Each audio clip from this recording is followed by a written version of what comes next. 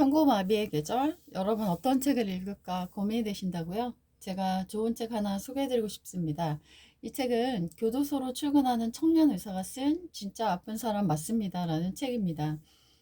제가 읽어봤는데요. 거기서 머리말 부분이 좀 되게 인상적이어서 머리말과 그리고 감옥에서 받은 연하장 그리고 뒷부분에 마무리 글이 좀 감동적인 부분이 있어서 여러분에게 읽어드리겠습니다. 조금 다른 곳에서 시작된 이야기. 대부분의 의대 동기들은 학생 때부터 실습을 돌던 병원에서 다 같이 인턴 생활을 시작했다. 이름만 대면 누구나 아는 대학병원에서 자신의 이름이 새겨진 흰 가운을 입고 인턴이 된 것이다. 누구에게든 쉽지 않은 병원 생활이지만 적어도 그들에게 언제든 환자에 관해 물어볼 수 있는 동료와 레지던트, 선배들이 있고 그 위에는 펠로 선생님 그리고 권위와 명성을 지닌 교수님들이 있었다. 또한 환자들은 어쨌든 자발적으로 진료를 받기 위해 병원에 온 사람들이었다. 의대에 입학하면서부터 어느 정도 정해져 있다고 할 수 있는 이 경계로 이탈한 나는 살면서 한 번도 만난 적이 없는 사람들 사이로 뛰어들었다. 졸업하고 3년 동안 교정시설, 구치소에서 공중보건의사로 근무하며 군생활을 대신하기로 한 것이다. 대부분의 공중보건의와 같이 도서 산간지역이나 보건소로도 갈 수 있었지만 나는 교정시설이 궁금했다. 그래서 깊이 근무 중인 교정시설에 지원했다. 이전에 교정시설에 가본 적도 교도관들을 만난 적도 없었다. 수용자들을 더더욱 마주할 일은 없었다. 그렇게 수용자가 1,500명인 순천교도소에서 유일한 상주 의사로 첫 근무를 시작했으니 낯설어도 너무 낯선 시작이었다. 흔히 의사의 가장 큰 스승은 환자라고 한다. 의대를 갓 졸업한 의사는 절대 능숙한 직업인이 아니다. 그런 의미에서 나는 의사로서 첫 자세를 가르쳐준 곳은 교도소이며 나의 첫 스승은 교도소 수용자들이다. 지원해서 들어온 교도소였지만 근무 초반에 많은 혼란스러웠다. 무엇이든 처음이 중요하다는데 처음부터 나쁜 길로 들어선 것일까? 서울대병원에서 첫 자세를 배웠다면 달랐을까? 다행히 시간은 흘렀다. 다를 것 같았지만 다르지 않은 것이 있었고 짐작보다 훨씬 다른 부분도 있었다. 그렇더라도 내가 경험한 이 다름이 나쁜 다름은 아니었다고 생각한다. 아니, 사실 대체 불가능한 소중한 경험이었다. 교정시설에는 분명히 세상 어느 곳에서도 볼 수 없는 의사와의 스승, 환자들이 있었다. 특별히 앞부분 지금 읽어드린 부분이 저는 되게 좋았었던 것 같아요. 되게 소중한 경험이었다라고 얘기를 하고 있고요. 그리고 여기서 만난 그 분들을 통해서 자신의 생각이 되게 많이 달라졌다는 것들을 좀 이야기하고 있습니다. 애초에 나는 왜 교정시설에 일하기를 희망했나? 그리고 왜 그 이야기를 책으로 쓰겠다고 나섰나?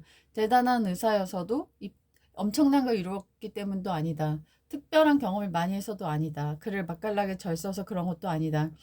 교정시설은 의사로서 그리고 한 인간으로서 고민하게 하는 공간이다.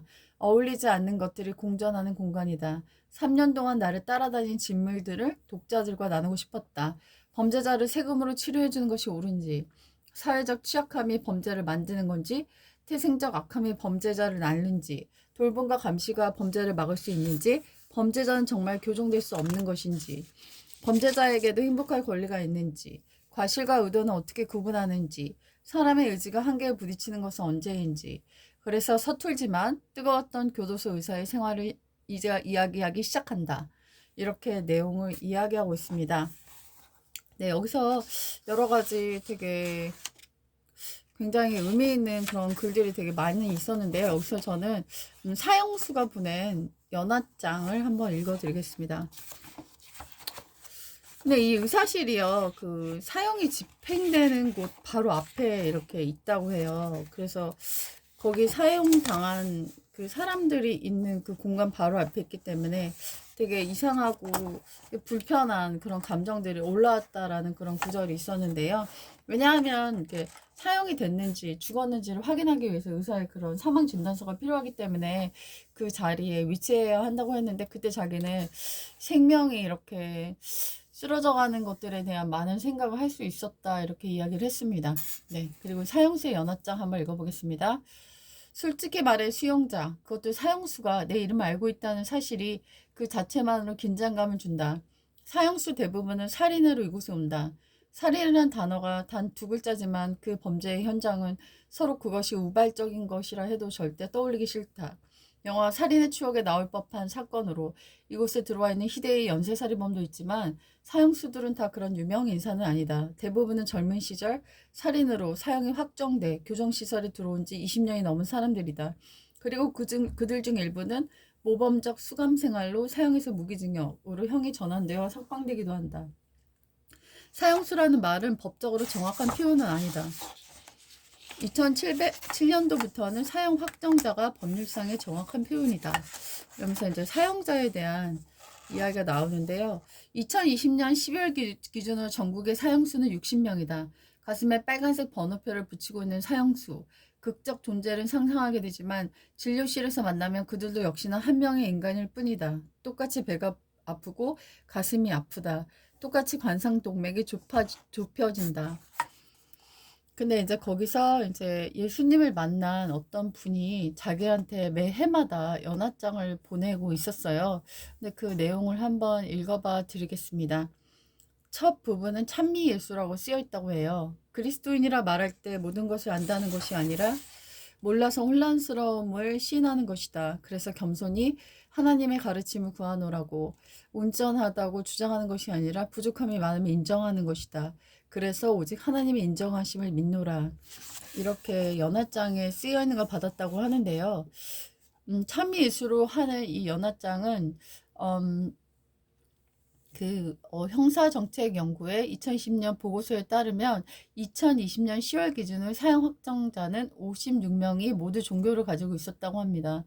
그러니까 원래 없었는데 이제 홍모서에서 예수님을 만난 거죠. 그 중에 기독교인이 32명인데 정확히는 알 수 없지만 모태의 신앙이라기보다는 교도소에서 기독교 신자가 되었을 가능성이 크고 언제든지 죽을 수 있다는 또는 평생을 감옥에서 살아야 한다는 현실이 종교에 기대게 했지 않았을까 하는 이런 작가의 마음이 담겨져 있었습니다. 그리고 다른 또 연합장의 내용 한번 읽어보겠습니다. 올해 다른 이들도 수고가 많지만 최 선생님이 제일 분주하고 제일 바쁘고 수고하시는 것 같습니다. 대구에서 광주에서 아직 안 돌아오셨는지 어제 2차 검진 결과 때문에 의무과에 갔을 때 볼 수 없으니 말입니다. 특히 건강 조심하고 복된 성탄과 모든 일에 주님 은총 가득한 2021년이 되기를 기도드립니다. 이렇게 써서 보냈다고 해요.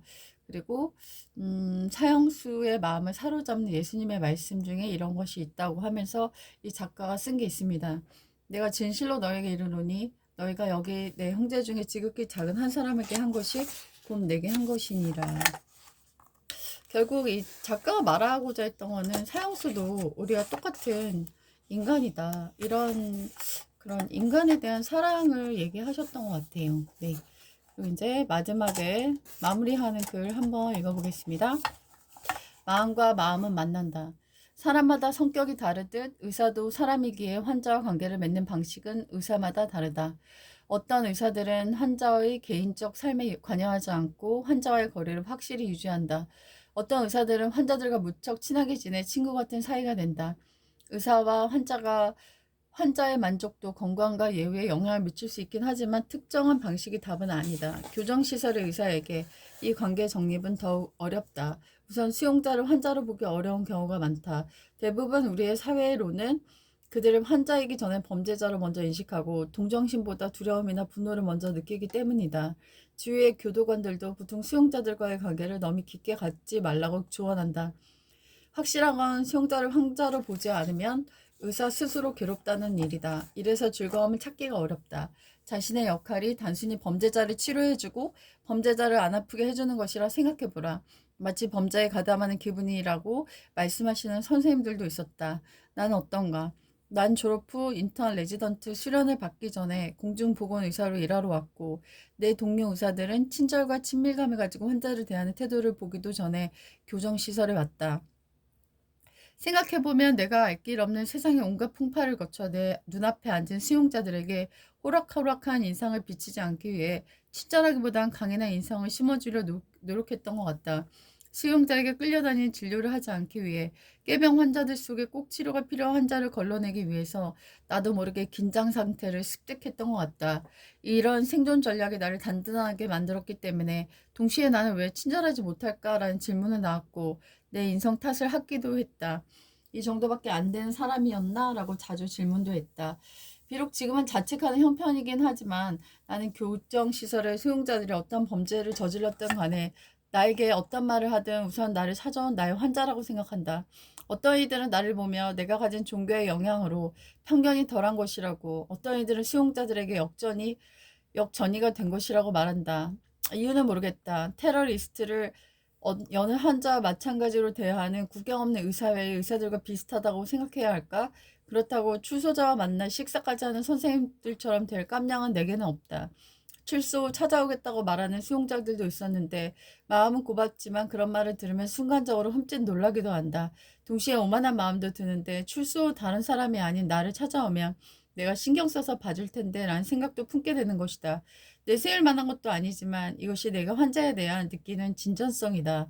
다른 교정시설의 보건의 선생님과 이야기를 나눈 적이 있다. 그 선생님은 교정시설에서 의사는 세 부류로 나뉘는 것 같다라고 했다. 본인을 위한 의사, 직원을 위한 의사, 환자를 위한 의사가 있다고. 본인을 위한 의사는 본인에게 해가 될 만한 일은 절대 하지 않는 의사이다. 즉 본인이 책임을 질 만한 일, 약간의 위험을 감수해야 하는 일은 하지 않는다. 따라서 방어 진료이며 환자의 간단한 시술을 원하더라도 외부 병원에 나가서 하게끔 한다. 법정 분쟁의 피곤함을 생각하면 이해가 안 되는 바가 아니다. 직원을 위한 의사는 같이 일하는 직원들을 편하게 해주기 위한 의사이다. 정신과 약을 충분히 줘서 수용자들을 재운다든가 수용자가 부탁하는 걸 웬만하게 들어줌으로써 민원을 만들지 않는다. 마지막으로는 환자를 위한 의사는 수용자가 해달라는 것을 다 해주지 않고 그 사람이 환자로서 받아야 할 치료를 제공하는 데 집중한다. 이 과정이 직원들을 번거롭게 하는 경우가 많으며 민원이 발생하기도 한다. 그 선생님이 나를 보며 세 번째 부류라고 했다. 이게 꼭 좋은 말인지는 모르겠다. 환자와 동료 모두에게 독선적으로 비치는 선생님이라는 걸 나는 모르지 않는다. 생긴 대로 살지 않으면 너무 힘들어져 결국 생긴 대로 사는 탓이 크다. 어떤 종류의 의사든 환자를 진심으로 위하고 진심으로 대해준다면 그 환자가 수용자이든 수용자가 아니든 환자도 의사의 마음을 알아준다는 믿음이 있다. 약 문제로 계속해서 갈등을 빚었던 마약수가 나에게 보낸 편지는 감동적인 내용으로 넘치진 않지만 그래도 나의 아등바등함을 인정해주는 것 같아서 좋았다. 개인적으로 받은 편지이지만 이 내용만으로 누군가에게는 특정할 수 없을 듯해서 일부를 각색해서 올린다. 직접 만나 말씀을 드려야 하는데 나름 내성적인이라서 엉망이지만 몇 자 적습니다. 선생님, 저는 학생 때는 나름 올림픽이라는 커다란 꿈을 가지고 운동 특기생으로 평범한 꿈을 생각하며 운동도 열심히 하면서 잘 생활했습니다. 선생님, 저는 이 안에서 제 몸 핑계로 약타 먹으며 거짓을 이야기하거나 하지 않으니 오해 같은 거 없으셨으면 합니다. 선생님 이야기도 안 좋게 하지 않고요. 직접 이야기를 하면 될 일을 다른 사람에게 이야기하는 걸 좋아하지 않을 뿐더러 만약 제가 실수로라도 이야기한 것이 있다면 죄송합니다. 그리고 제가 마약에 찌든 몸이지만 장기 기증이랑 언제 될지도 모르지만 시체를 기증하는 것이 있다 들었는데 방법이 어찌 되는지 서면으로 답 주시면 감사하겠습니다.